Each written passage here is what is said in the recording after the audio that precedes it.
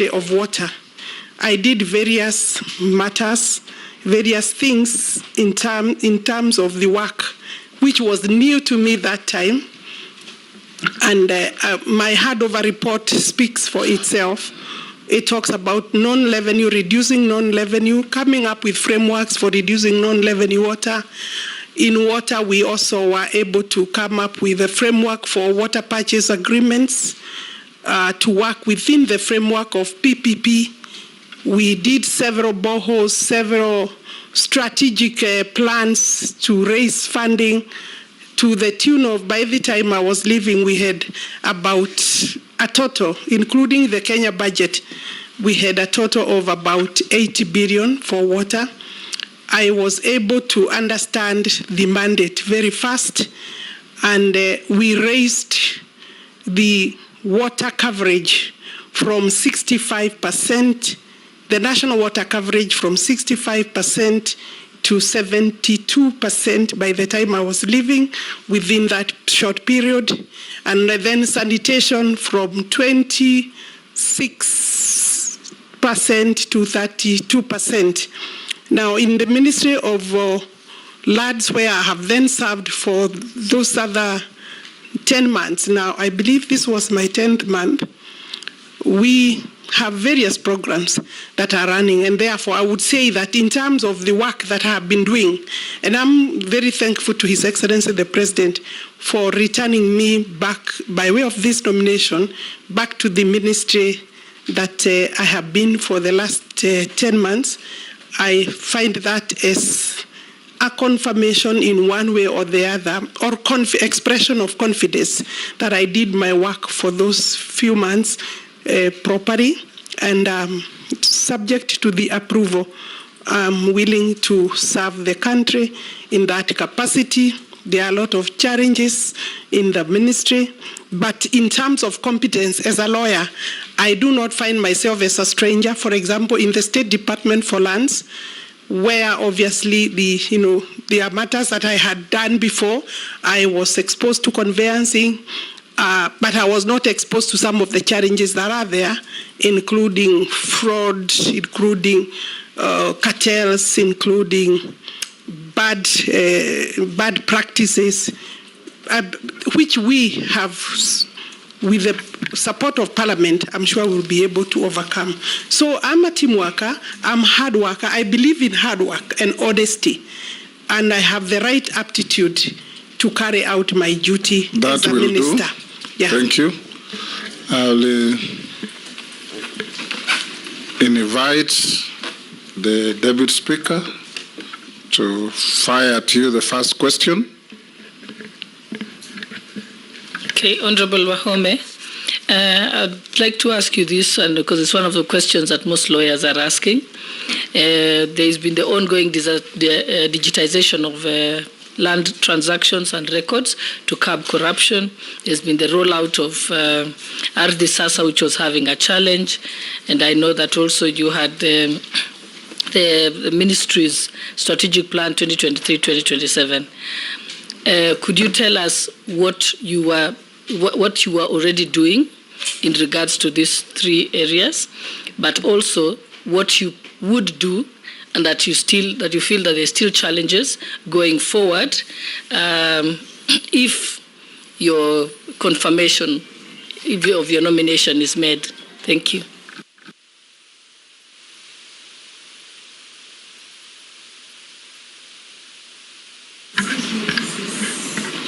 I thought you said you have some support staff with you.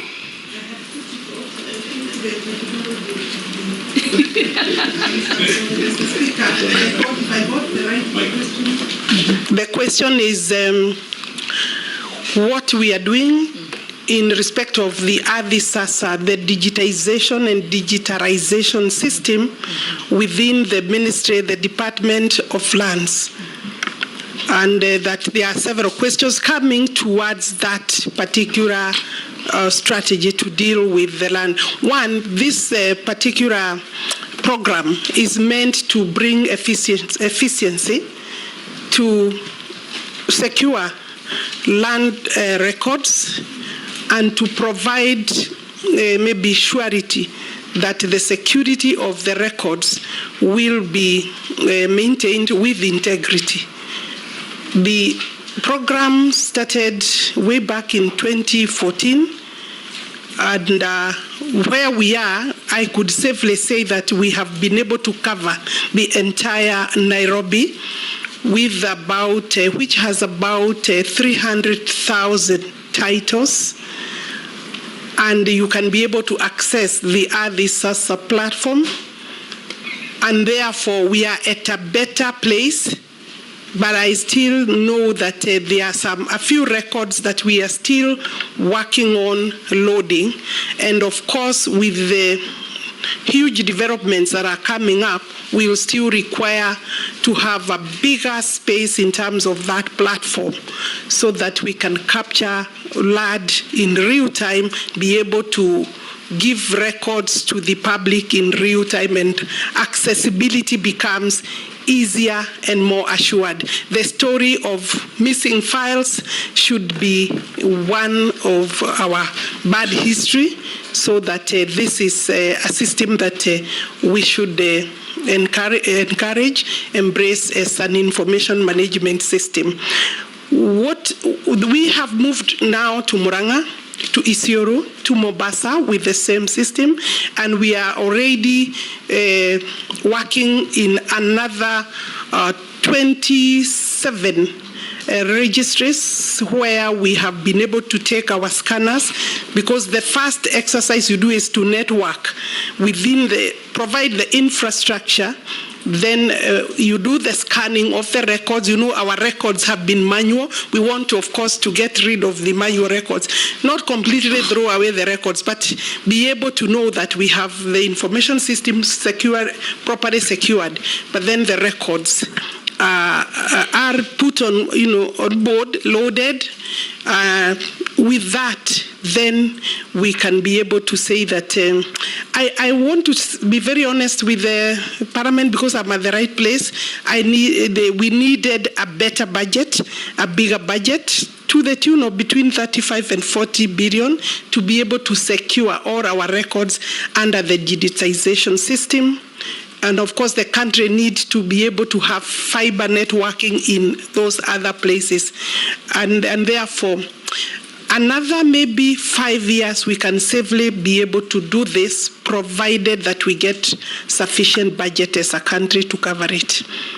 And yeah. Majority Leader. Honourable Speaker, yes, nominee are not. The gadget is not working. No, it's working now.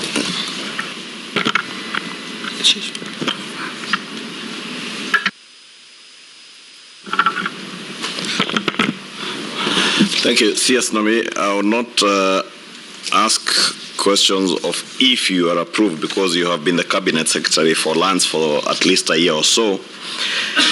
And you are aware there have been very many cases of land grabbing around the country. And we've also seen you on TV on some land which was alleged to have been grabbed somewhere in Loresho. And you also know of many other cases that have been brought to your attention, or the attention of your office, your former office at the Ministry of Lands, around Windsor and other areas. Cases where your ministry officials of the National Lands Commission, those from the police have been involved. I would want to hear what you would do, if approved, or what you have been doing to curb the rampant cases of land grabbing, and especially considering the recent court judgment by the Supreme Court that a title by itself is not prima facie evidence that you are the owner of legitimate owner of land, that one needs to go beyond that face value of the title to check how that title was acquired from the initial first owner. And you're aware, many of the cases that you have been dealing with are cases where land is illegally transferred from the bona fide owners to land grabbers, and with the protection of or facilitation of officers in the Ministry of Lands. and protection of other government officers, including the police, they take away people's land. What is it that you have been doing to address that, and what will you do that will now completely curb that vice? Lastly, is your engagements with the National Lands Commission. I would want to hear your firm commitment to respecting independent constitutional commissions like that of the National Lands Commission, knowing their boundaries between the work of the ministry and independent commissions like the National Lands Commission. What is your position on the role of the National Lands Commission vis-a-vis the role of the ministry that you have been working in? Thank you. Go ahead. Thank you very much, Honorable Ichung'wa, for those questions. It is true, and it should be actually a national tragedy to have the fact to have a situation where a title is not prima facie evidence, necessary prima facie evidence of ownership. When I was going through my university law course, I knew that title, and the land law that was taught is that title is sacred. The title deed is almost absolute, but it's no longer the case because, as you have rightly pointed out, we are aware of very many cases of fraud being carried out by Kenyans with the support of sometimes unscrupulous... You mean Kenyan criminals? Because not every Kenyan is carrying out fraud. Kenyan fraudsters. Yes. Kenyan fraudsters and cartels. And they are not just, when we say cartels, I want to clarify. They are powerful cartels, they are moneyed cartels. Some of them surprisingly have made money through those kind of fraudsters, but then maybe cleansed that money into institutions like schools, like banks, like other maybe real property investments. And they are also powerful. But of course, there are also the ordinary cartels and criminals also who don't have much money, but they are part of the whole system. And I have come across very many, and some are very sad cases, because people have, the cartels have reached a point where they don't respect the title deeds, and sadly, many times, or quite largely, the officers of the ministry have been, in numerous cases, part and parcel of procuring those kind of titles. When you look at the Land Act, to be able to deal a big blow to the cartels when they secure fraudulent titles, and you, Honorable Speaker, I mean that you are the owner, say, of this particular building. Cartels come and they perform some miracle and procure another title, where your title is safely somewhere, maybe under the locus of this particular building or parliament. And that title is the normal paper that we use for titling in this country. But other times it could be that paper, but the signatures are superimposed, or signatures of former commissioners of lands, maybe former registrars, both dead and alive. Not that they are the ones who signed, but some of our retired officers have also been part of that cartel. They've been signing. Some in their death, they are said to have signed. And therefore, what am I doing? I think we need to work on some amendments very quickly on the Land Act, so that the minute the registry, the technical information on the land records are known to be interfered with, to have been fraudulently secured or changed, so then the registrar, say the chief land registrar, should be able to immediately effect a cancellation and leave by law, because the minister is the custodian of all land titles, and therefore be able to say this record should look like this, and so that the person flagging another title out there should be left to be the one to have the honors of going to court to prove that the ministry has changed the records or altered records and that these are the true records. What has happened is that the ministry, previously the courts have taken the position that a title is sacred, a title can only be cancelled by the court.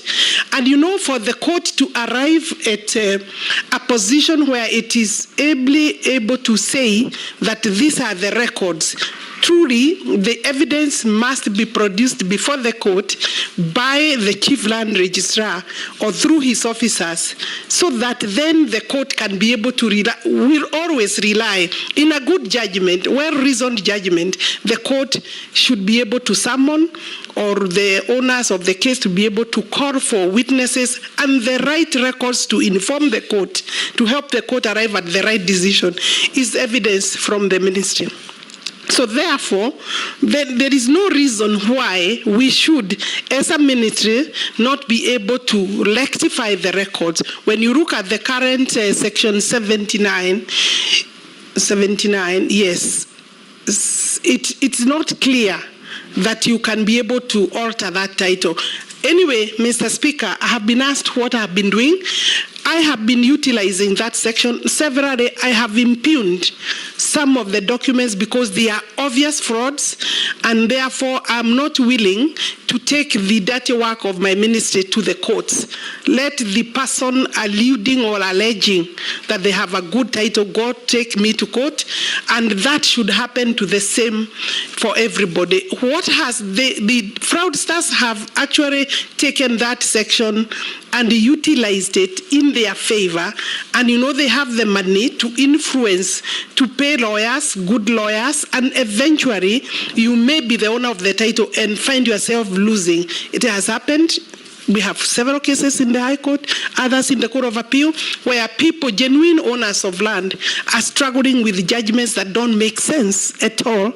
And I do not want to go beyond that, but they don't make sense and they cannot. So therefore, we need to change the law to some extent to be able to give clarity to what the registrar should be able to do in the event that there is a clear fraud. I have taken the position that I will tackle the fraudsters. I have found myself in one of the notorious cases. I was actually locked up in a suit premises, not a suit premises, in a property that is clearly the records. I found the records had actually been already rectified. The records were okay, but there is somebody also claiming they have a good title, and I was locked by goons within. I think the police were part of the system, so that even when we entered there with them, as a minister, Honorable Speaker, and if there is one time I feared, is that one time, because it was down the valley. Even if it meant me running up, I would have had a challenge to run the hill up.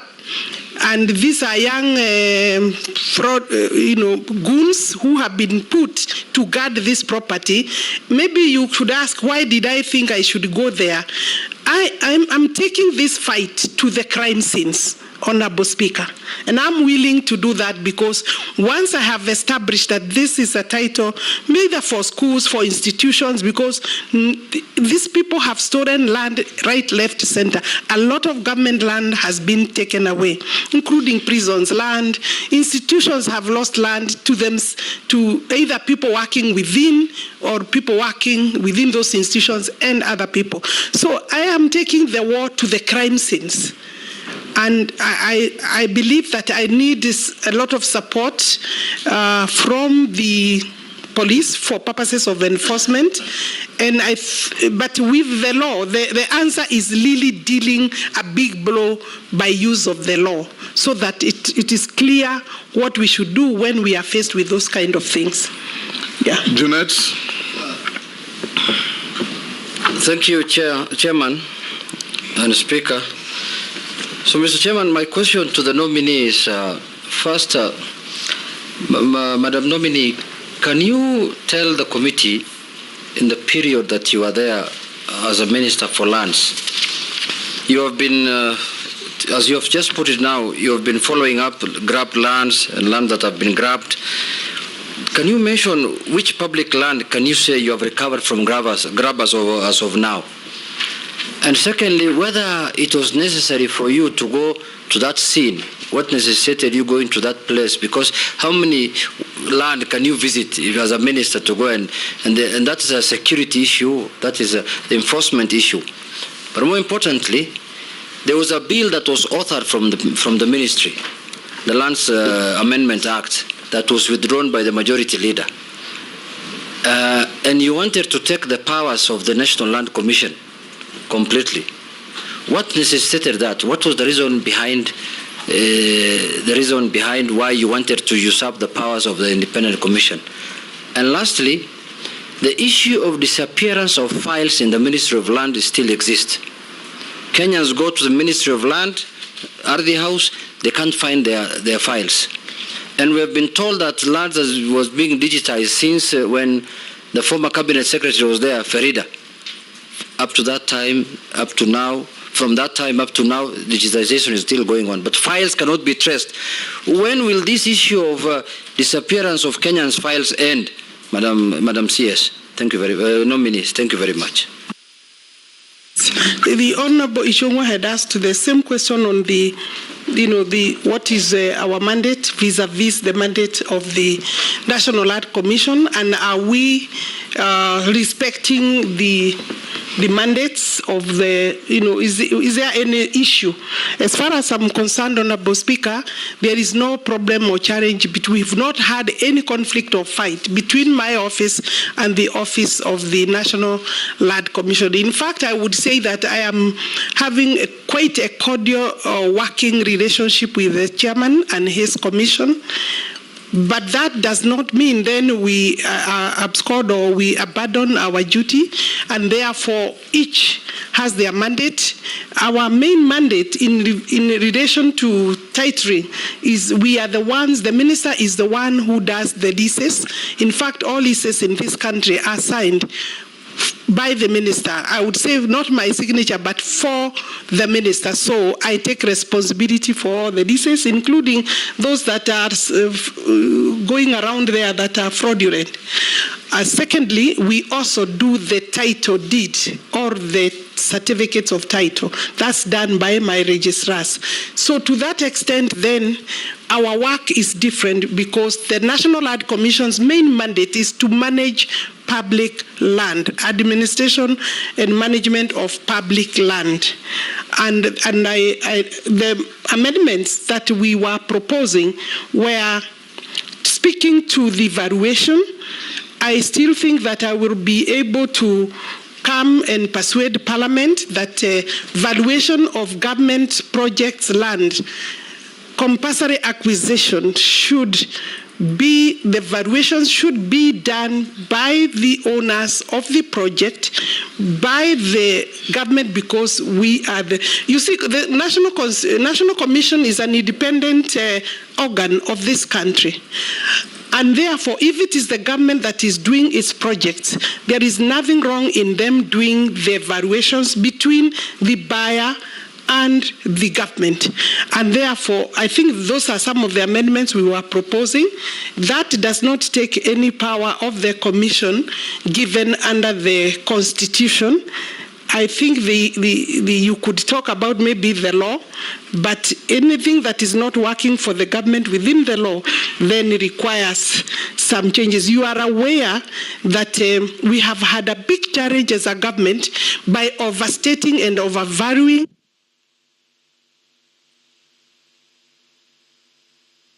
you may not be able to confirm in terms of the valuations, the integrity and the authority of that valuation. The chief government valuer is under my ministry, and therefore that is something we've been in.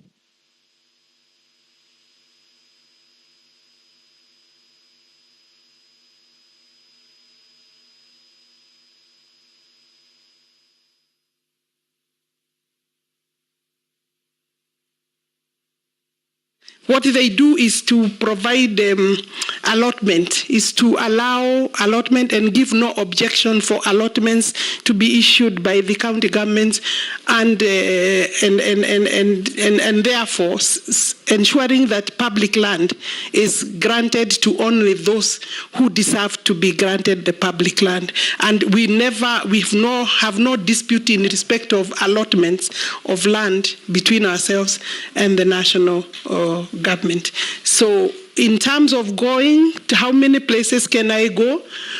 If I can go to 5 or 10 and provide the statement that is needed to stamp authority of the government in terms of telling the cartels that I'm here and I will not allow, and I can tell you, Honorable Speaker, it has worked to some extent, but I said what I need is the law to be explicit, to be clear, to be able to tackle the problem of cartel. Otherwise, nobody is safe with their title deed if we are not going to deal a death blow to cartels. And I'm willing to walk along that journey with the Parliament. Thank you, Chairman. I'll just make a brief comment, because I was going to also ask some questions on the amendment bill, number 2 of 2023, but since it was withdrawn from the House, I will not dwell on it in the House in Parliament. I'll not dwell so much on it, but just to let you know, in case this committee approves you and the National Assembly, if you rethink of bringing it back, please look at some of the clauses that I need, because from the events of this that happened in this country 2 months ago, you have realized that we have a very informed population in this country. And so that issue of NLC had come up, and Kenyans were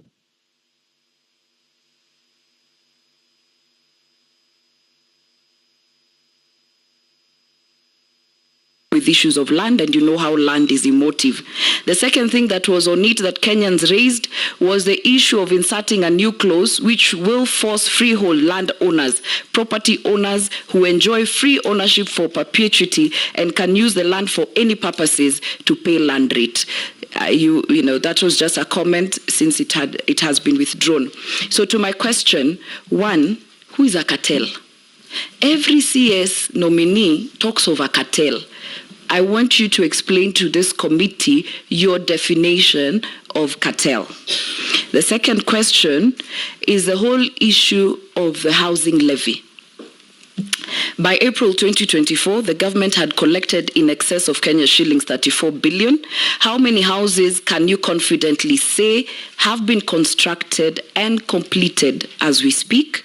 And lastly, with the Finance Act having been declared unconstitutional, I think yesterday, do you understand its import on the housing project, and what next if this committee then finds you suitable to hold that office? Thank you.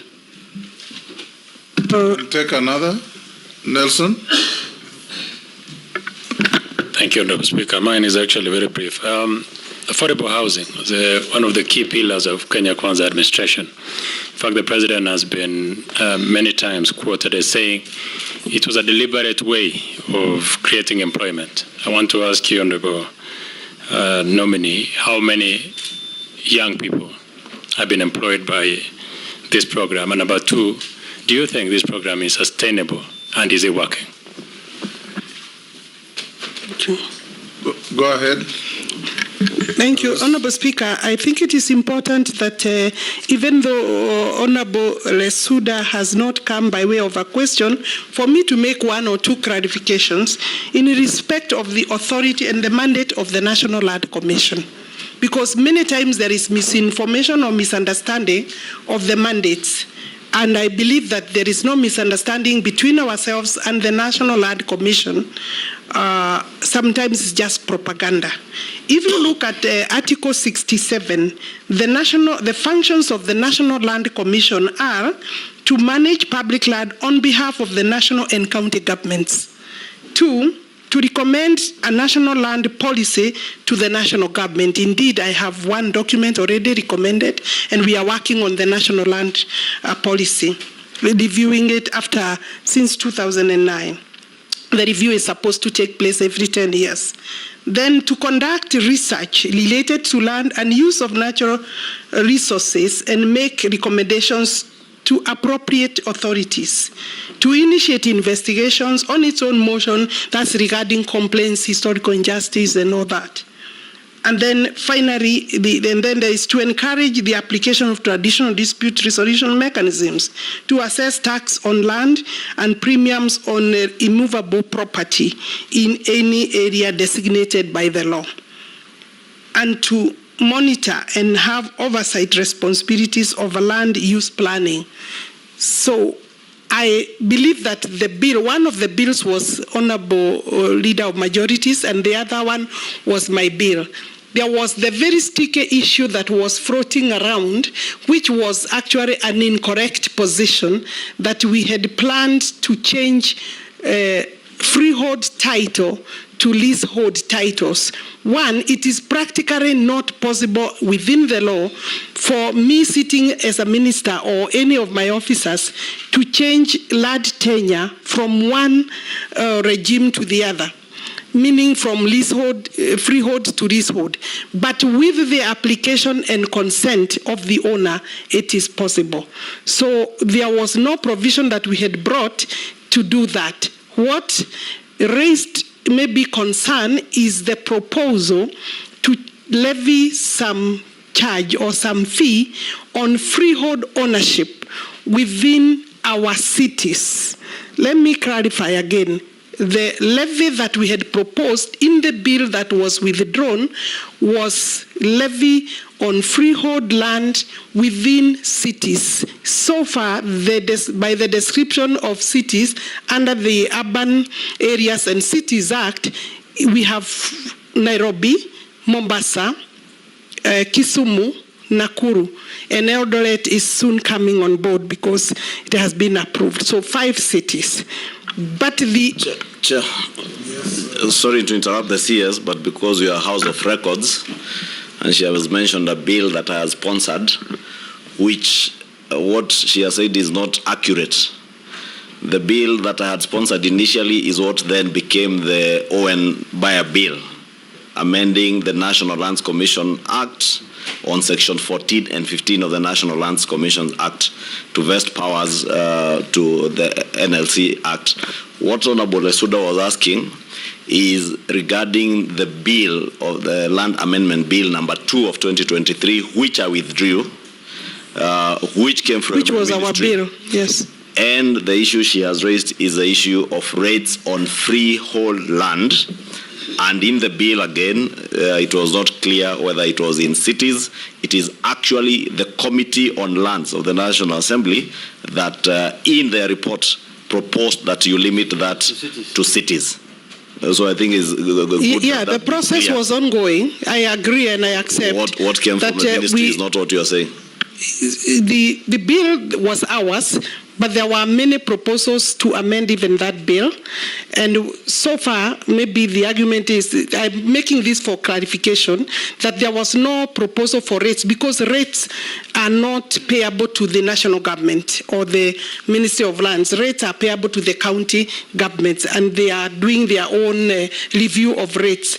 We were proposing a levy or a charge on freeholds because freeholds within the cities then therefore are enjoying facilities and they are paying nothing. And maybe I could say here that if you look at where the freeholds in this country and in this city, for example, using Nairobi, Honorable Speaker, is that the freeholds are within the Karen, the Muthaiga, the Lavington, and it's important that I say maybe some areas of Kirereshwa, Kitisuru, Kiuna, those upmarket areas. Why? I think it was a skewed way of raising tax against some people and not everybody. So that if you go to the whole of Eastland and the Southlands, then you will find that, areas of all these areas, that I haven't mentioned, they are paying rates and they are paying land rent, both. And therefore, in other countries, what is happening is that if you have a freehold, then you pay, including any other land, you pay some development tax, because the land that you are sitting on is actually has been developed to equal. In this country, then, we are having some people paying and others are not paying.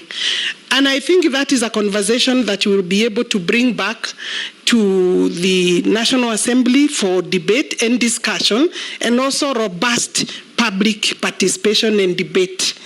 And I don't think there is nothing wrong in saying that, but we must understand that in other jurisdictions, what is happening is that there is payment of, against charge against land where developments have come and they were not there before, because anyway, these developments must be funded by either the land or by a taxpayer. So, and I think that is what was taken to mean that we are charging a charge on freehold, and there is likelihood. Alice Wahome, you are being too wordy. Yeah. You can say what you are saying in very concise terms. Yes. Yes. Yes. The Speaker, I believe I have maybe exhausted. Hold, there's a point of order there. Yeah. The Speaker, it is good to have clarity on this matter, because that bill was as well a controversial bill. It is very important to have clarity here that the proposal that came from the ministry was that all freehold land be changed to leasehold in the whole republic. It is Parliament, a committee of this Parliament, and that's why Parliament must be given credit to where they do their work. That is suggesting to them that we should maybe do it in cities. But the ministry, what they brought to Parliament was that they want even the ancestral land that somebody is holding a freehold in Migori. They wanted to change it to leasehold. For what? She should tell us why, what was informing that, instead of now hiding under Parliament. Alice, why? The provision was saying that the minister will be able to designate the areas, which then means you designate through regulations, and I would still have had to come to Parliament to be allowed the designated areas that we would have picked. So, and therefore, the proposal by Parliament, I commend. I think it helped and it improved the provision. Thank you, Chair, and I'm sorry I didn't want to interrupt. You have interrupted. Just go on. Chair, we are in a vetting process, and the leader of majority and the leader of minority have stated the actual position, but the nominee, she's trying to run away from the reality. The reality is that the bill which came to the House exactly wanted to levy even the ancestors. We move forward because at the end of the day, Kenyans could not accept your proposal, and it came from you. It did not come from the House of Parliament. Speaker. It did not come from Kenyans. It came from your office. Yes, sure. Yes, Alice. Speaker, I said that the proposal had indicated that the minister will designate areas where the levy will be. It was not blanket, because it is not possible to collect. Point of order, it is not possible to collect levy in the entire country. Mr. Speaker, Yes. that is true. But why do you want to subject a land that is in Bungoma or Migori for a minister who's sitting in Nairobi to designate whether it will be a freehold or a leasehold. Why do you want to do that? Just say it was wrong to do that, and now you are rectifying, you are agreeing with Parliament for that issue to become a city's issue. Just and we move on, Madam C. You are a former member of Parliament here. I think the clarity I have made, I have even given credit to Parliament, but I have said that it is Parliament that was going to give me permission to say where to levy the.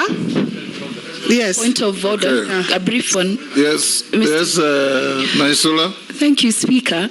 And I just want to put it to the nominee, and from what the majority leader had said to another nominee here, that one of the challenges of the cabinet that was there before is communication, because Kenyans are not understanding what you want to do.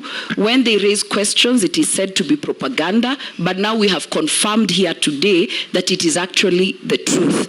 And so I think moving forward, if you're confirmed, and the last thing also is when there is public participation and Kenyans have an issue with a clause or with a matter in a bill, it should be discussed thoroughly and given the view of those because the bill could be good, everything else could be good, and we have one contentious issue. Could we exhaust it? Because I can assure you, after what happened in Parliament, these parliamentarians will not be a rubber stamp anymore to any issue that will be contentious, Madam Nominee. So that is all I wanted to do, so that we could make progress. Yeah, thank you. I would hate a parliament that is a rubber stamp. It's of no use to anybody, even themselves. But and I agree with you. This bill had not even gone to second reading, where the debate was going to happen. And during debate, the proposals for amendments would obviously, by the House, I think the subject was still... We'll make progress. Alice. What the members are telling you is that a bill came from your ministry with these contentious proposals to the House.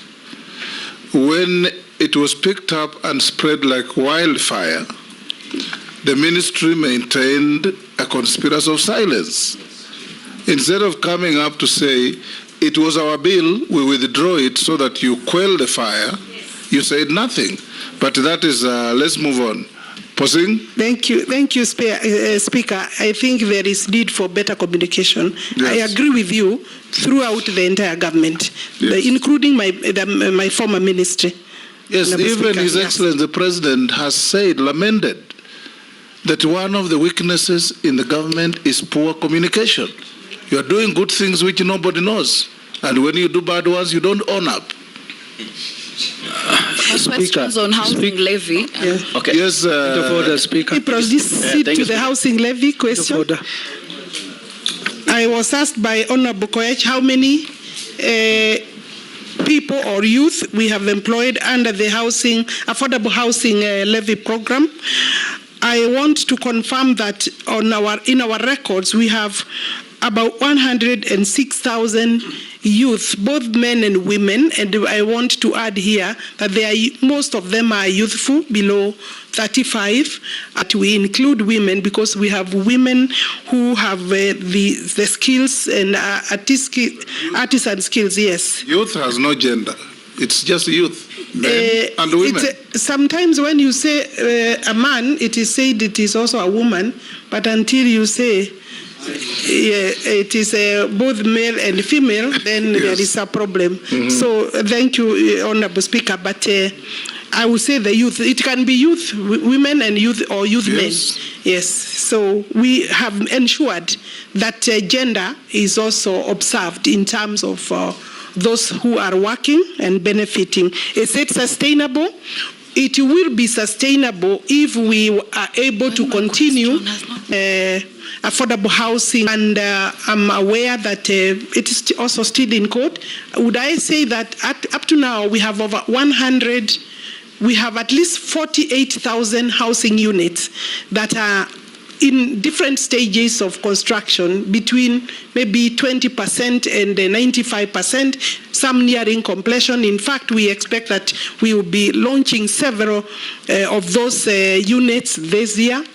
And so it is sustainable, because this is one of the best projects and programs that the country can allow to continue.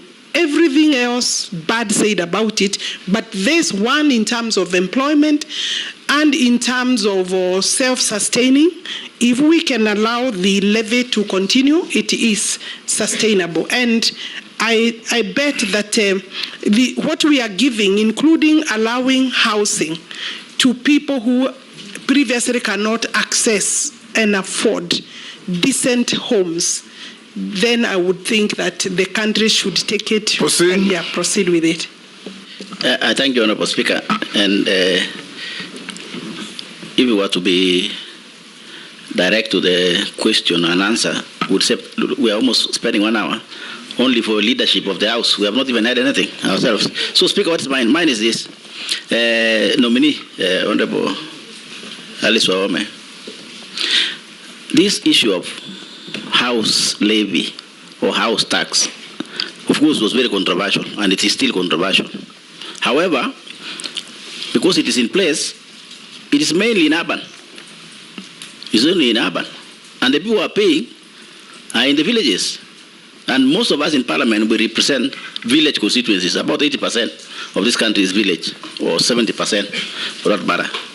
And even if the government has run to talk about jobs, creation of jobs.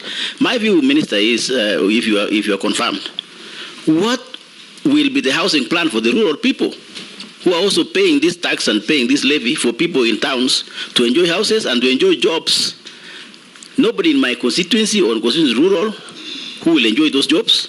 Nobody will enjoy housing or those housings, right? But we are losing money.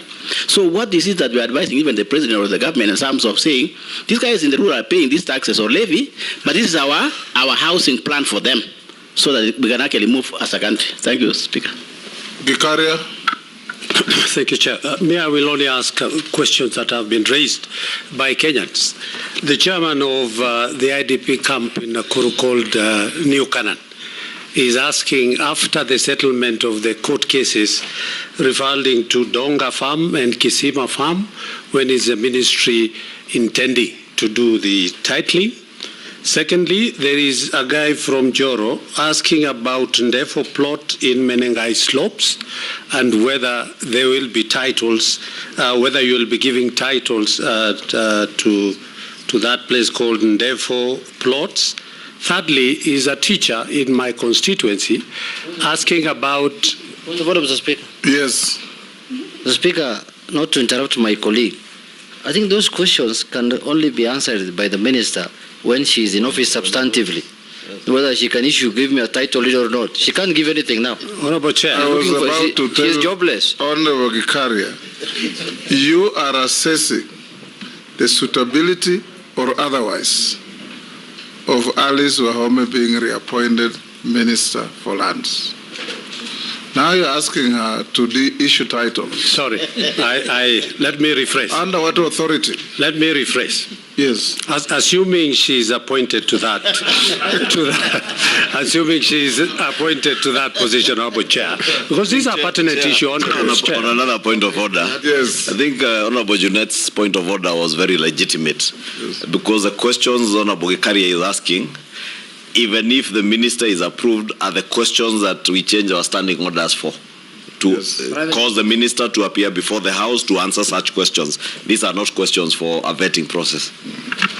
Alice, answer. I think in Gikaria, you have relayed concerns of your constituents. Thank you very much. Which are not vetting questions. Maybe the last one, and that is related to the affordable housing. Go ahead. Is related to the program. Is a very good program for purposes of employment. But the contractors who are given that do not come and actualize that by adhering to the labor laws, by paying, say, for city rates or the rates that are there in the labor law. maybe what action will she take to confirm that this will be done? And If she's confirmed. Thank you. Again, she can't take action unless we say she will be a minister. Now, but you can answer those. I think largely in terms of titering, I want to say that we are not on course because we need better funding for titering. The total number of, in terms of percentage, the country has about 30% of our land titled. Meaning, Alice, who has asked you that? Because the questions they asked on the titles. Hold in. Posing just asked you about how do rural folks in Kenya benefit from housing levy? I'm very simple. Kikaria. The second one of Kikaria was, will titles be given to some 2 farms? So it's not titling generally. Let me say that I think you saved me from answering Kikaria's question. Yes. And then we leave it at that. Are you the one I told last time about reading a book of a witness who talked too much? No, not me. It was not you. Not me. Yes. And I'm sure. I think it was Linturi. Yes. So I will leave that question. On the question of IDPs is gone. Affordable housing in rural areas. Yes. This is a new program, Honorable Speaker, Honorable Members. It's a new program. It's just starting, and it has been met by various challenges, including litigation. I believe even the rural folk are entitled to decent housing. I see the program moving there going forward. Mary Amase.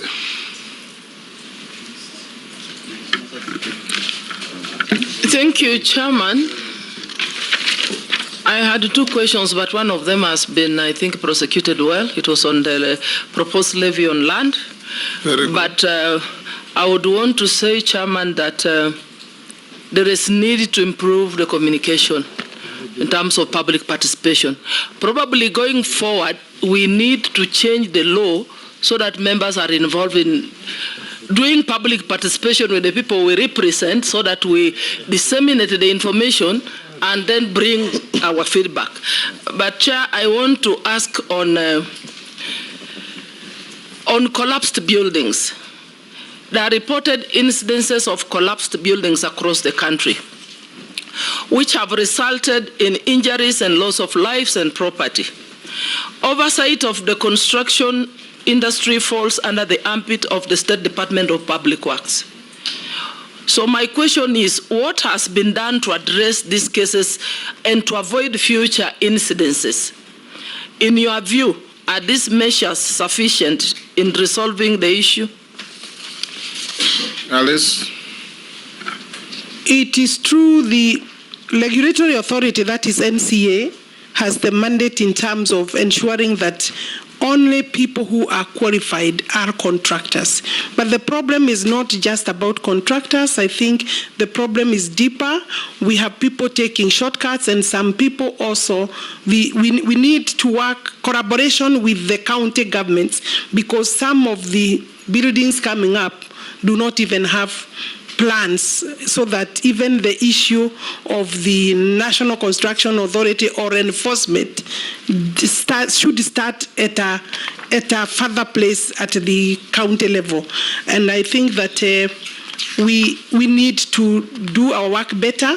We need to strengthen the Public Works Department, Honorable Speaker, and ensure that in terms of national work, both the national work and the private work, because most of the buildings that collapse are public. But also Kenyans need to work better and ensure that they do their buildings using professionals. There is a lot of shortcut in that regard.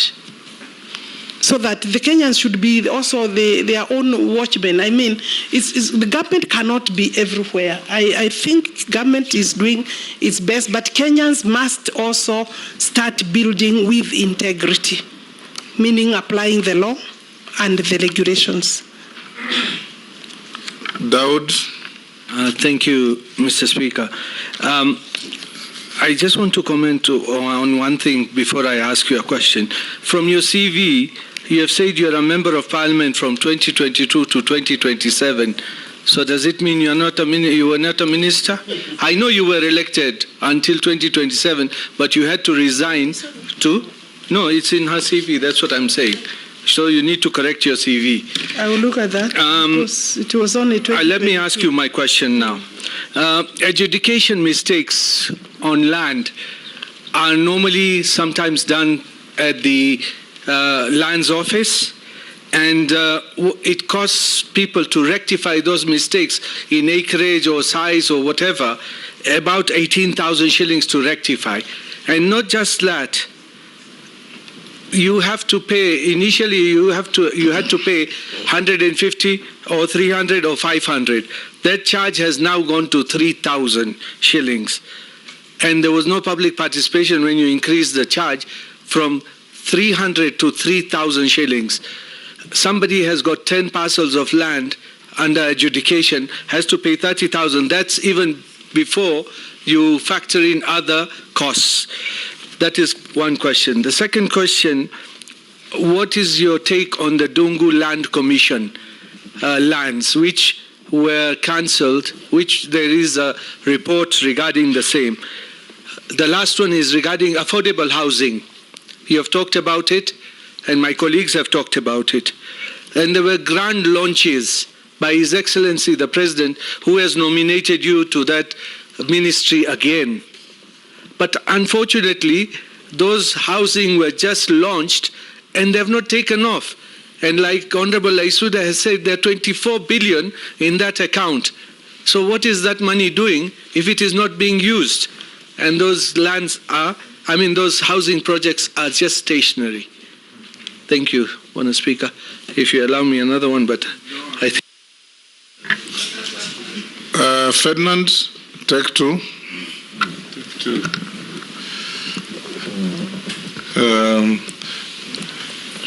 If actually you are reappointed as CS, I want to find out, because you going around, you will find yourself, there's a lot of upcoming, like you go to a place like Mathare and other places which are congested. There's no plan at all so that you find people living in a very affordable way. What plan do you have to be able to at least streamline some of these upcoming dwelling facilities that actually are causing problems? You will find that even getting electricity in a place like that is not there. And somebody staying in a place in Mathare, and water is actually passing through her house. So what plan would you have for that kind of thing? Secondly, I come from Trans Nzoia. This affordable housing scheme, have you actually ignored Trans Nzoia? Or what is happening when it's supposed to be countrywide projects that's supposed to help people in areas that Trans Nzoia, where people actually also need those affordable housing? Alice? I have not picked, let me start with the Trans Nzoia. I haven't picked this specifically, but if we have no affordable housing program coming, I think I want to assure you that the first entry to the affordable housing program is the 290 constituencies. Every constituency is supposed to be a beneficiary when we roll out fully of a minimum of 210 housing units. So yes, we will be there. And of course, there with the available land, I won't say when, because it's a program that as soon as possible, maybe we don't even have land in your place, so you needed to work with the ministry to get land for that. And I'm not saying there isn't, because I don't have my document with me. I believe in Trans Nzoia County, we already have some affordable housing programs coming up. Where are you? Yeah. We do have. It's okay. we will be there, and I'm sure that it is every other wish of member to work with the ministry to ensure that they are there faster than maybe they even plan. Yeah. Then the slum upgrading, we have a very good slum upgrading program. It's the one working in, for example, in Kibera. We are in Mukuru. We will be going to Mathare, and therefore, what I can say is that the government needs support for the affordable housing program. The houses for the slum upgrading is even cheaper. Those houses are even cheaper than the social housing, and we have a lot of goodwill in terms of funding. Just hold there. We are now classified as a middle-income country, right? Generally. Kenya. Not generally, we are classified. Yes. We are not a HIPIC, highly indebted poor country. We are not. Now, when you talk of slum upgrading, is your policy to eliminate slums or to upgrade slums? How do you upgrade a slum? That could be the terminology that we are using, but basically, we are providing the necessary infrastructure, water, ensuring that the necessary facilities, including electricity, connectivity, and is available, and roads. And the program is well funded by the UN, the European Union, World Bank, and also AFD. So I think that the question is, why are we talking of slum upgrading instead of slum eradication? Maybe that is something we can think about and change the name.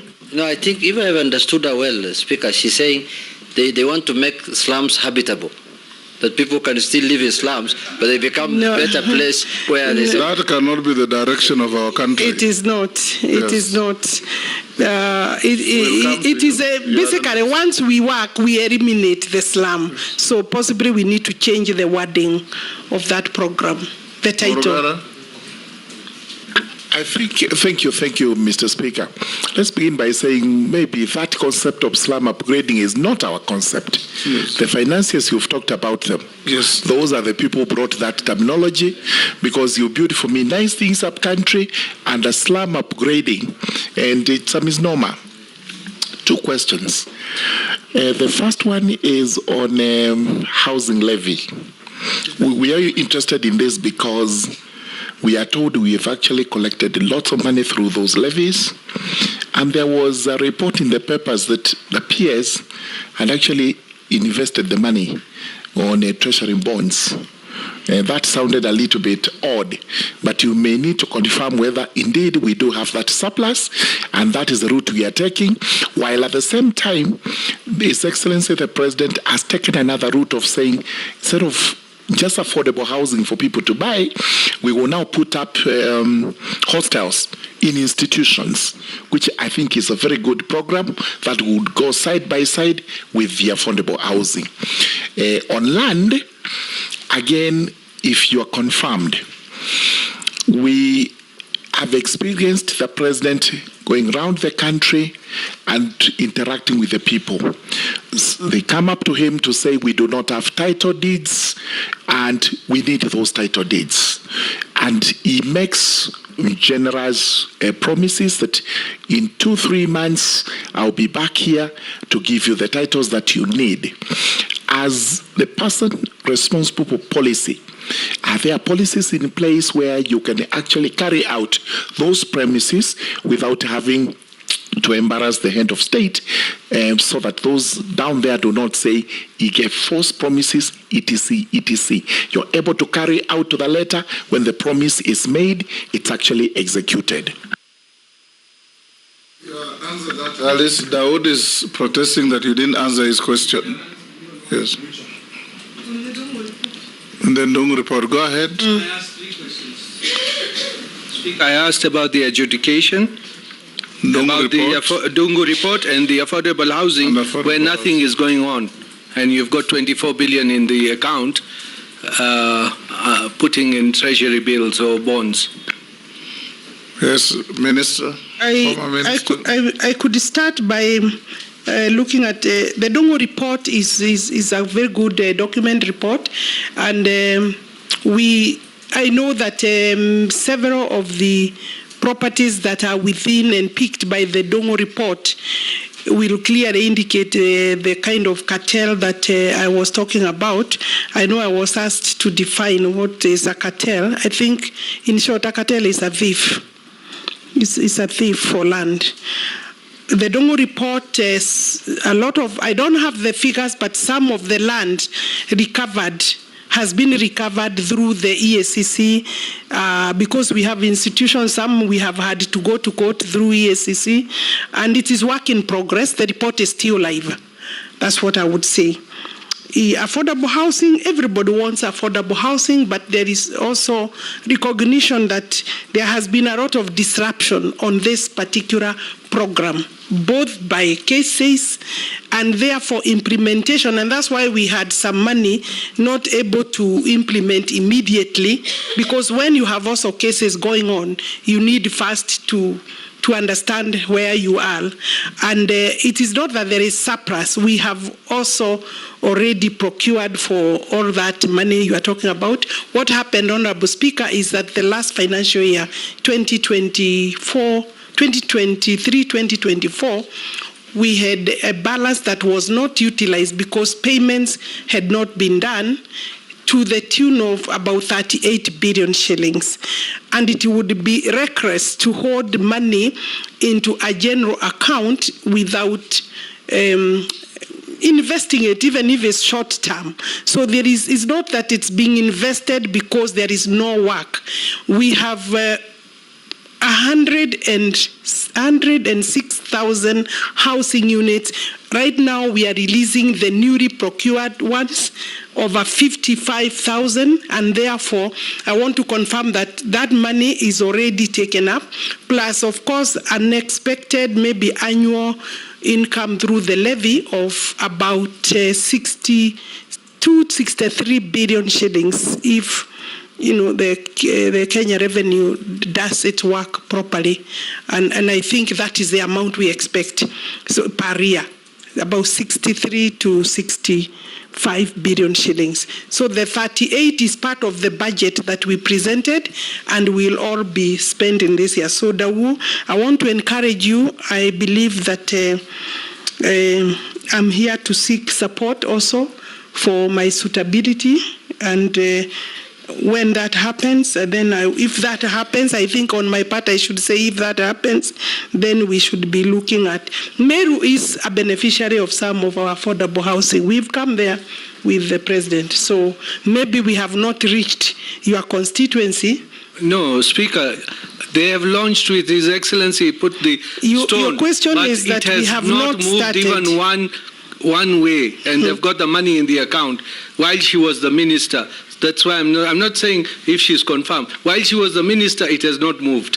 Sometimes, Honourable Speaker, I appreciate the concern of the Honourable Member. Sometimes lack of takeoff is because of various things. Maybe documentation, perfection is not complete, logistical issues.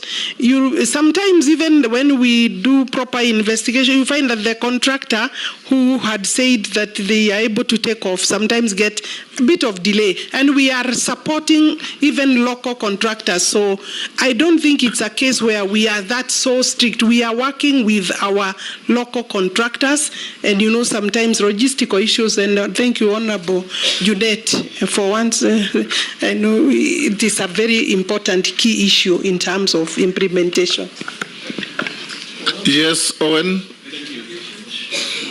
Thank you, Honorable Chair. I want to ask one question, one very important question. Cabinet nominee, land in this country is one of the reasons why we had the 2010 Constitution. It's one of the key aspects, and it actually gave birth to Article 67, which formed the National Lands Commission, where people from regions that for a long time had issues on land, especially historical land injustices, that gave birth to Ndungu Report, Njonjo Report, and many other reports. pushed and voted. My people woke up very early in the morning to go and vote for the new constitution, not because of any other thing, but because of land, especially the coast. Today in Parliament, over 80% of the petitions we receive are actually on issues related to land and security. Now, looking at it, it becomes, therefore, it requires leadership, strong leadership to actually finish these issues of land. But the National Lands Commission, I don't want to belabor the issue of National Lands Commission because you've answered many questions, is one of the key planks in resolving the issues of land. People knew there was a ministry, but then they set up the National Lands Commission so that they can solve the problems. So the minister and National Lands Commission must work together to ensure that eventually people get justice in terms of historical land injustice and review of grants. Nominally, I am reliably informed that since you became CS, you have never had a meeting with the board, the National Lands Commission. You know, a formal meeting to actually sit and discuss issues and give leadership in the sector. And I think this is bringing issues as we move forward. But, Honorable Speaker, what I would like to say this.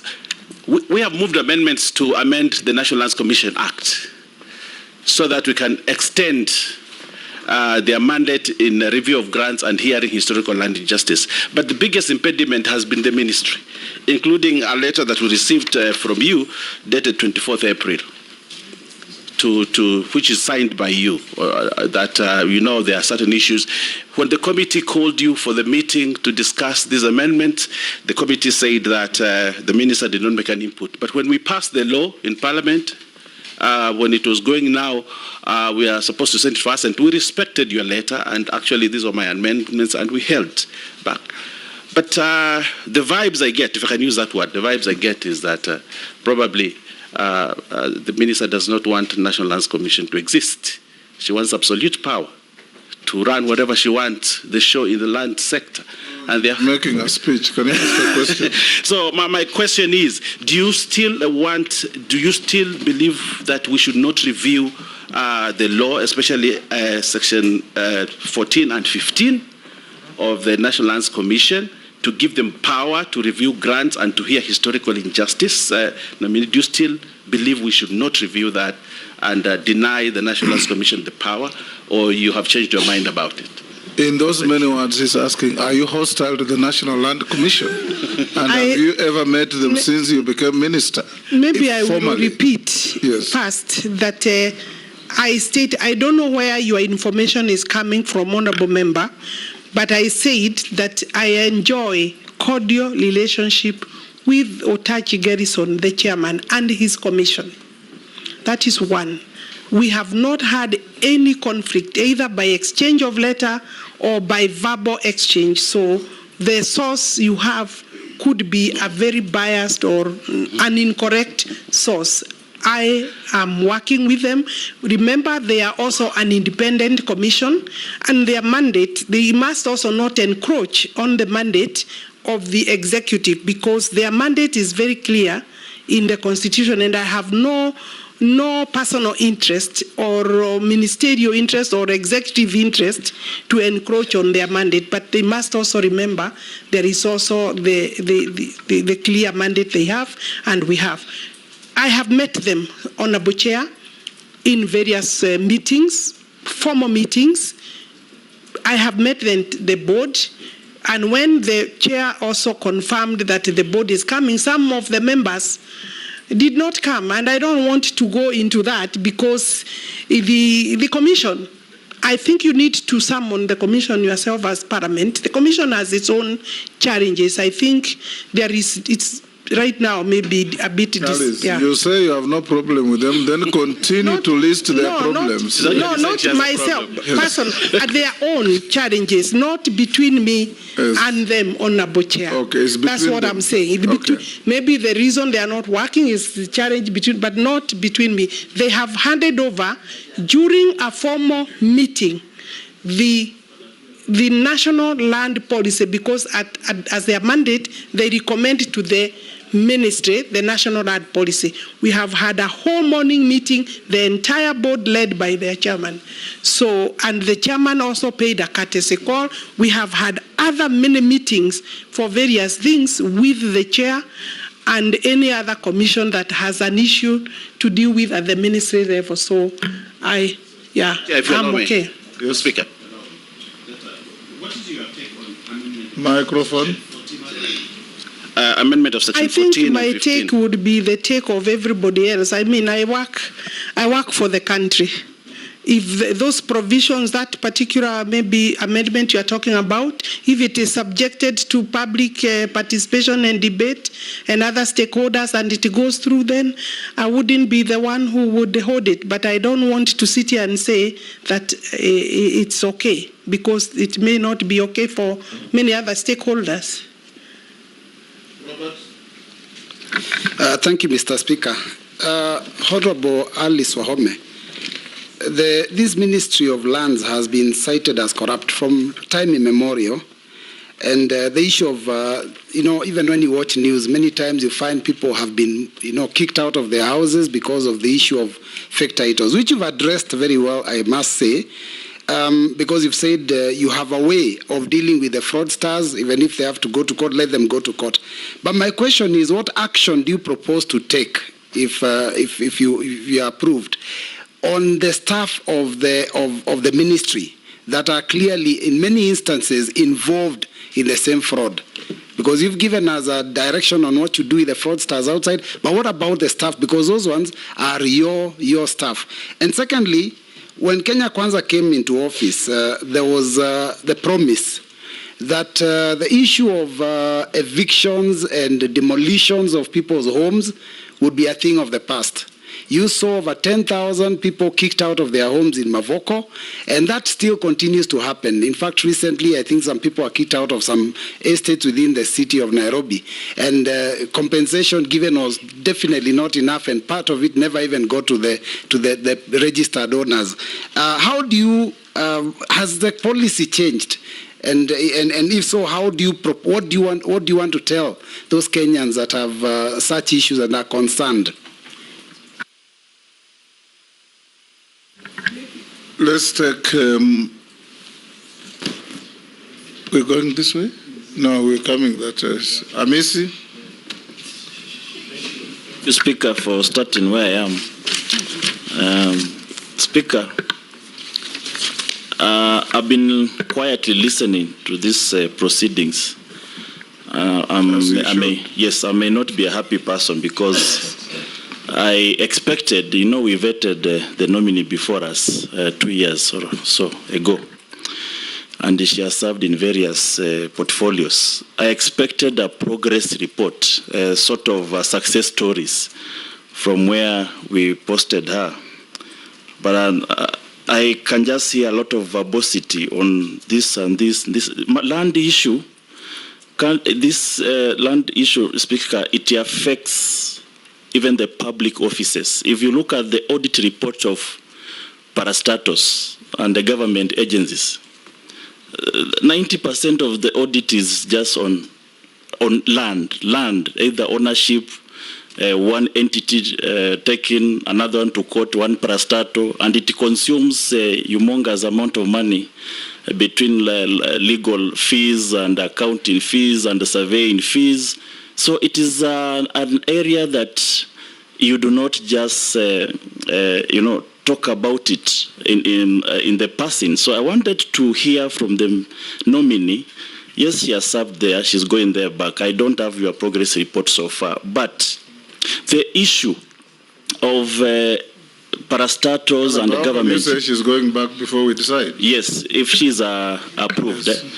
The issue of parastatus and the government agencies taking each other to court on land issues, is there a policy statement that you can solve it once and for all so that we save this country a lot of money that is being used between lawyers and the legal firms in all the parastatus, virtually all of them, and the perennial historical land injustices. I come from Kitale, and I think you've been there. You've tried to come across the land issue of the Kitale prisons, and it is across the country.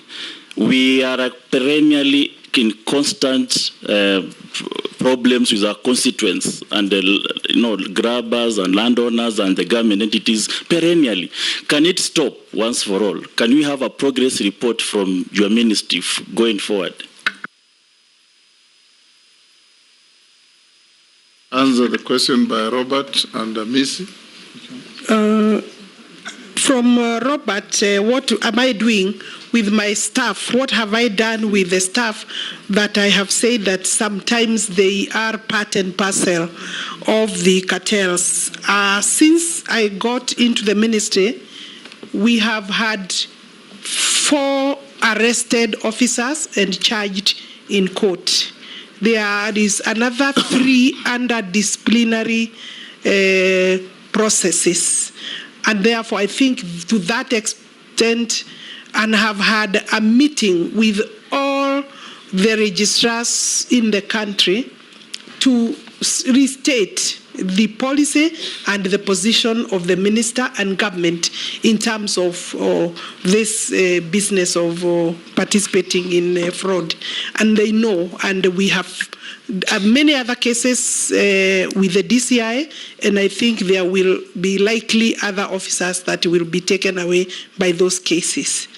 I think I could say to that, and I have also said that I intend to come back to Parliament to sharpen the provisions that will help to deal with the fraudsters. Then you asked,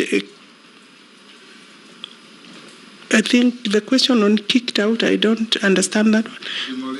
Demolitions of people who, Mathare and elsewhere during the rain season. I think half of those people had already suffered a big blow for being within the riparian and the watercourse area. And even those who were affected because of building along the river were also calling for government intervention to be provided for with homes. We have, I think the estimated numbers, if I'm not wrong, and those would be mainly with the Kindiki, because of interior coordination, was about maybe 20. The rough estimate that came to the cabinet was about 20,000 Kenyans that were affected by the demolitions. I think demolitions are right now not going on, but it was so that they are removed from already insecure space along the river, where in any event they were being devastated by the floods, because we experienced out of the normal, maybe beyond the normal of the floods or rainfall. Therefore, I think going forward, as a government, we need better, maybe, these are emergencies and you require maybe money to be able to settle those kind of people. So I think everything adds up with, do we have funding to be able to resettle them? They were given 10,000 and some, I'm told some, I think there is information that some may not have received, which is still not sufficient, but it was a gesture for people who also, Kenyans must stop also building along the rivers. I don't know, I know and I understand and I believe that these Kenyans don't have maybe better places, but remember some of the people utilizing, some of those people are not the owners of the structures. The structures could be owned by people living elsewhere. I mean, on government parastatal, I think land moving from one maybe person to another, parastatal fighting each other and cases in court. I have already proposed to the executive that we circulate, before I left office, that I think in June I proposed that all the departments, all the ministries forward to the ministry the list of their properties so that we can now start cracking holistically so that we have a one government approach in terms of recovery. I was given approval to circulate that request to call for departments to forward all land that is said and known to have been grabbed. We will be working on that. Of course, I will require police, I will require the investigative agencies, and I will require the EACC. And I think then it is whether I'm the minister or not, Kenyans should be prepared to move from government-owned properties because it is public wealth, it is public property, and it is horrible where, as the situation where we are. And I agree with you, we should give it a one holistic approach so that we clear with it once and for all. Thank you, Chair. Honorable Waziri, I just want to ask you one question regarding the pending bills, because I understand there are many pending bills in your ministry. I need to know how you are going to sort it out, considering the current financial state at the moment. The other question is about compensation.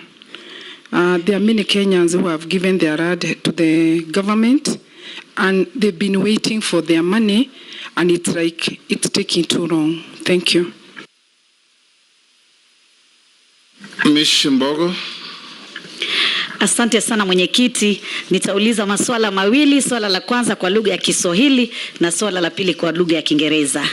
Swala langu la kwanza, Mheshimiwa Wahome ambaye umekuwa waziri katika hii wizara kwa muda mfupi, ningependa kujua mikakati ambayo utaweka katika wizara yako na kupitia serikali kuu ya Kenya Kwanza ya kuhakikisha ya kwamba Wakenya wengi ambao wamejenga kwa miaka nenda miaka rudi katika zile ardhi ambazo zilikuwa zinaitwa GL ama government land, na zile ardhi ambazo kuna absentee landlord, yani wale wamiliki hawajulikani na hawako, na pia wale ambao wamejenga katika ardhi za wale wamiliki ambao walipatiwa ile tunaita grants ama zabuni, rubuni, na watu kama hao hawajafika katika sehemu hizo na wala hawajulikani, kwa sababu kihistoria wakati wa nyuma kulikuwa na siasa zile ambazo mtawala akiingia anaweza kupatia marafiki grant ya mashamba katika sehemu tofauti tofauti, na jambo hili limefanyika sana katika sehemu ya Bonde la Ufa na sehemu ya Pwani. So ni mikakati gani ambayo serikali kupitia wizara yako itafanya ndio tatizo hili la mashamba liwe historia, isiwe kila wakati wa siasa, wakati wa kampeni Wakenya bado wanauliza maswali yale kwa yale. Na niweze pia kuweza kukubaliana na Mheshimiwa Owen wakati aliposema ya kwamba kuna tashwishi ya kwamba huenda pengine wewe, na hiyo ni hisia yangu, ukirudi katika wizara hino utaweza kuendelea kuhujumu tume ya ardhi, kwa sababu wakati mmoja ulikataa kuongeza muda wa kushughulikia mambo ya historia za mashamba, na tatizo hili ni tatizo nyeti katika Bonde la Ufa, katika Pwani na Kenya kwa jumla. Kwa hivyo hivi sasa umesema ya kwamba mambo yatakuwa tofauti, tunataka tuone ya kuwa tofauti, kwa sababu tatizo hili bado liko, hatujaona ya kwamba kama tumefaidika katika mambo ya dhulma za kihistoria za mashamba. Swali langu la Kiingereza, what specific timeline? The Kiswahili version was just a speech. Now ask the question. Mwenyekiti, hilo ni swali na nafikiri Mheshimiwa Wahome ameelewa hilo swali nilivyoliuliza. My second question, Honorable Chairman, what specific timeline did you establish when you were the Cabinet Secretary for the Ministry of Land for the completion of digitization of land records across all the counties? How many counties right now they have those digitized land records? What is your roadmap? Many times we have been putting some allocation in terms of this program of digitization of land records. So what are you telling? What is the status right now? We want to hear, because we know this is the only way where we can avoid some cartels, we can avoid some corruption and so many other anomalies. Thank you, Honorable Chairman. Thank you. Shuria, we can take Shuria as well. Thank you, Honorable Chairman. I think you're teaching us something new of saying no chairs. And Mheshimiwa Wahome, significant parts of the country are formerly trust lands and fall under the Community Lands Act. It's public knowledge that the community land legal regime remains not fully operationalized, and if granted, has not been regime not fully operationalized. If confirmed, What possible solutions do you propose? I thank you, Honorable Chair. Can you answer those, Alice? Chair, from Honorable Shurie, trust lands, because it is true, most of this is what we call as community land. We have the Community Land Act 2016, and the Community Land Act is operational. We are registering community lands everywhere in the country, but it is a slow process because the communities, the members of those communities must sit and agree, prepare inventory, and it's not an easy process because also we have seen that leadership sometimes within the communities is infiltrated by politics, but the preparation of the inventories is quite a tedious task because every member is supposed to agree and sign, and then have that inventory forwarded by the office of the governor under the law so that then you can start the process of registering. But we are on course in terms of various counties, and I believe we need the support, in fact, of elected leadership to expedite those processes as a government. Then Mheshimiwa Mishi is asking, I believe what she's asking me is a policy issue, and in terms of absentee landlord and people who have moved and become squatters on people's lands. We are in the process, Mr. Speaker, of finalizing the national land policy. It is a matter that should squarely be captured there so that as a country we agree what to do. But also we must not encourage, there is a lot of criminality in some of the people in terms of moving to people's land and becoming professional squatters. Those must be discouraged, but there are also genuine squatters that the country and the government need to work with and work on, that require sometimes the government to raise budget to purchase those parcels where the squatters are, and then do a land settlement in terms of the squatters. So the program in terms of land settlement is ongoing, is a program of the government. We need more funding for that. The government needs more funding to deal with that, Honorable Mishi. But I agree with you, there is a lot of this problem in terms of absentee landlord. Let's have policy, and the policy will be brought to Parliament, and the input of Parliament would be very critical in terms of handling those. Then I think extension. Honorable Bayer, you accuse me of maybe being the person rejecting. I hope, Honorable Member, you haven't been given the wrong card in respect of my activities in terms. This particular, the Commission has not come to me officially or formally to say they want to extend. And in any case, the term of the Commission in terms of historical land injustices was limited by the statute, not by the minister. Opening that would require an amendment, but also we must, and I, as a minister who has served, we must caution the country that we cannot have historical injustices for land perpetually. We need to be very careful, and also if we open, we must limit that to a certain period, because we are talking about historical, not current. Any other current injustices can be done within our courts of law. We talk about historical, and that's why there was a time limit. Sorry, Honorable Speaker, I think there was a question on the digitization. No, not yet. There was a question on digitization, where we are. I had said earlier, we've done Nairobi, Mombasa, we are ongoing. Isiolo is more or less complete. In another 1 month, we'll finish with Isiolo. Murang'a is basically on board. Then we've gone to Machakos. We have 27 counties that we are working with currently. and I wouldn't be able to say specifically. I had estimated that to do the entire work, we may require another 5 years if funding is properly availed, and I have had talked about between 35 billion to 40 billion Kenya shillings to do the entire exercise.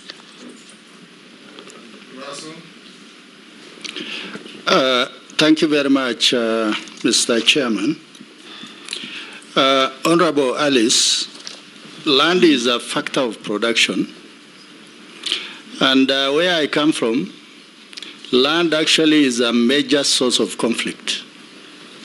And the many questions honorable colleagues have raised, it is indicative of that, whether you are in urban or rural areas. The first question which I want to pose to you is this thing called Ardhi Sasa. The major problem, and that is why Kenyans are angry, is because a simple transfer of land or property from one individual to other take maybe 1 year or 2 years.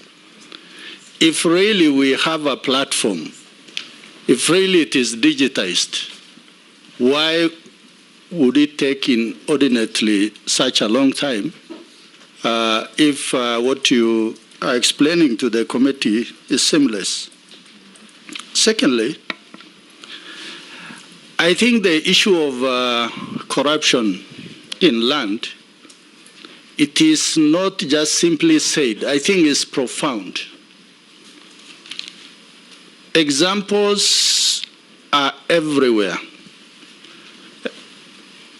In the county of Marsabit, we largely live on community land or trust land.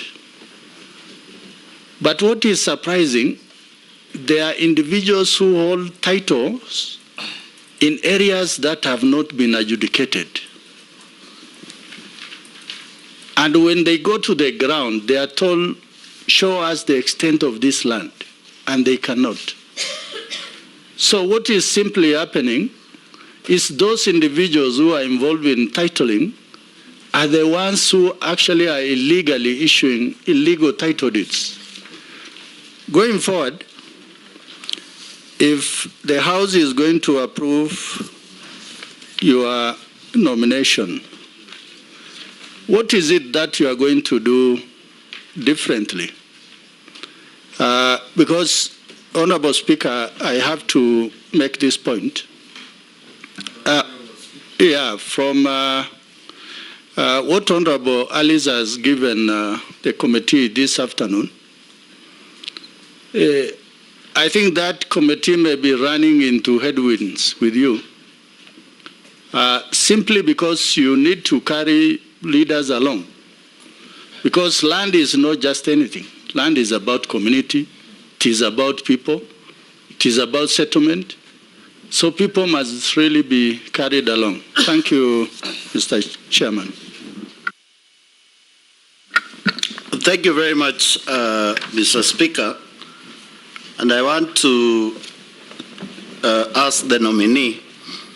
She has a broad ministry moving from land, public works, housing, and urban development. And as a nominee, you must have a vision.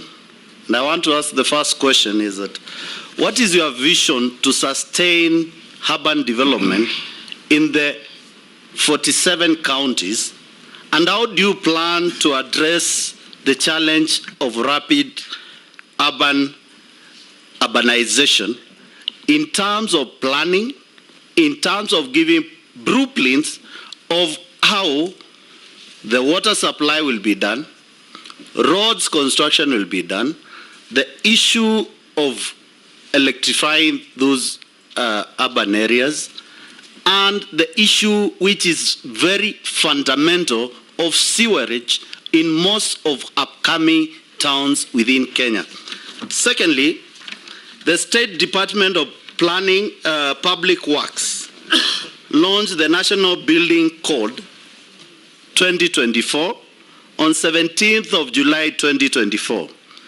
The code is expected to update the standards and the requirement in the construction industry and aims to resolve the various issues affecting the Kenya building economy environment. If approved, how would you support the execution of this code? Various associations, including the Association of Construction Managers of Kenya and Interior Designers Association of Kenya, have raised concern concern on being unrecognized by the code. What is your opinion and what is the remedy of this? In prayer on my first question, when you get to that ministry, are you able to give... When or if? If you get to that ministry, are you and do you have the capacity to give a vision of how do we want our towns and our urban areas be planned so that we can have proper coordinated construction, which includes the housing program? You are also in charge. The last one, the assistant chiefs. One question at a time. Okay, can I finish with this? Can I finish with this? You've hit two already. This is the last one. As a minister for housing, and you are in charge of this ministry, and to implement the housing program, what do you visualize on how the common man at the village, the assistant chief, the chief who is paying the housing levy to benefit from the housing program in this country? That question has been asked 4 times. Yes. Yeah. Yes, but I think it is important to Mule. Maybe I can start with it and say that I had said that I see this program of affordable housing is a new one. Stages and is spreading. And I see it going forward. I see it going to the rural areas as well. But for now, we are within urban centers. For obvious reasons, infrastructure, facilities. The next question. Yeah. Mukami had asked me about pending bills, Honorable Speaker. The pending bills, we have about 18 billion legacy or pending bills, some of them from cases that are filed against the ministry. And these are being considered as part of the national pending bills from other ministries where a decision must be made so that we agree as a